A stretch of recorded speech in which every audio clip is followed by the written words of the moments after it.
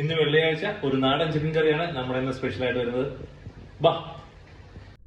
നമ്മുടെ ചിക്കൻ കറിക്ക് വേണ്ട സാധനങ്ങൾ: ഇടത്തരം 3 സവാള വേണം, തക്കാളി 2 ഞാൻ എടുത്ത് ചെറുതായതുകൊണ്ട് 2 എടുത്തു, ഇഞ്ചി ചെറിയൊരു കഷ്ണം വേണം, വെളുത്തുള്ളി ഒരു 5 അല്ലി, പച്ചമുളക് ഒരു 4 കൂടാതെ നമുക്ക് വേണ്ടത് 2 ടേബിൾ സ്പൂൺ മുളക് പൊടി, പിന്നെ മല്ലിപ്പൊടി ഒരു 1.5 ടേബിൾ സ്പൂൺ വേണം, മഞ്ഞൾപ്പൊടി ഒരു 1/4 ടീസ്പൂൺ മതിയാവും, ഗരം മസാല ഒരു 1/2 ടേബിൾ സ്പൂൺ. ചിക്കൻ കറി ആയതുകൊണ്ട് ചിക്കൻ ആണല്ലോ നമ്മുടെ മെയിൻ ഐറ്റം. എന്നാൽ പിന്നെ ചിക്കൻ 800 ഗ്രാം ചിക്കനേ ഉള്ളൂ. അത് ഞാൻ ലുലുവെന്ന് വാങ്ങിച്ചു. അത് അവർ നന്നായി കട്ട് ചെയ്തതാണ്.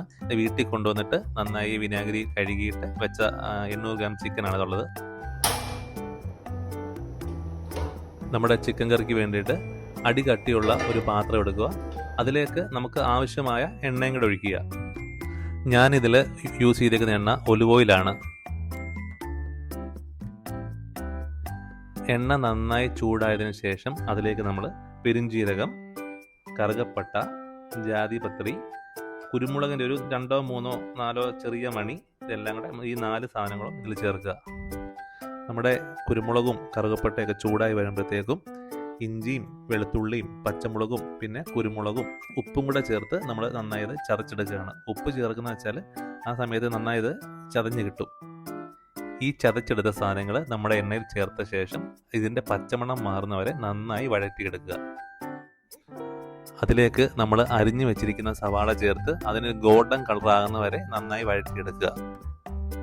നമ്മുടെ സവാള നന്നായി വഴണ്ട് വന്നിട്ടുണ്ട്. അതിലേക്ക് നമ്മുടെ മഞ്ഞൾപ്പൊടി, പിന്നെ മുളക് പൊടി, മല്ലിപ്പൊടി, പിന്നെ ഗരം മസാലയും കൂടെ ചേർത്ത് വീണ്ടും നന്നായി വഴറ്റുക. കാരണം ഇതിൻ്റെ പച്ചമണം മാറണം. നമ്മൾ ഉപയോഗിച്ചിരിക്കുന്നത് കാശ്മീരി ചില്ലി പൗഡറാണ്. ഇതിലേക്ക് നമ്മൾ അരിഞ്ഞു വെച്ചിരിക്കുന്ന തക്കാളിയും അതേപോലെ കറിവേപ്പിലയും ചേർത്ത് നന്നായി ഇളക്കി അടച്ചു വെക്കുക.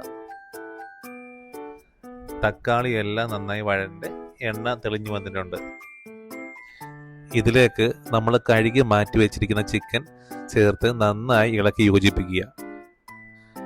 ചിക്കനിൽ ഓൾറെഡി വെള്ളം ഉള്ളത് കൊണ്ട് നമ്മൾ എക്സ്ട്രാ ആയിട്ട് വെള്ളം ഒഴിക്കേണ്ട ആവശ്യം വരുന്നില്ല. ഇത് നമ്മൾ അടച്ചു വെക്കുമ്പോഴത്തേന് ഓട്ടോമാറ്റിക്കലി അതിൻ്റെ ചിക്കൻ്റെ വെള്ളം ഇറങ്ങുന്നതാണ്. അതേ നമ്മുടെ ചിക്കനിന് അതിൻ്റെ വെള്ളമെല്ലാം ഊറി ഇറങ്ങിയിട്ടുണ്ട്.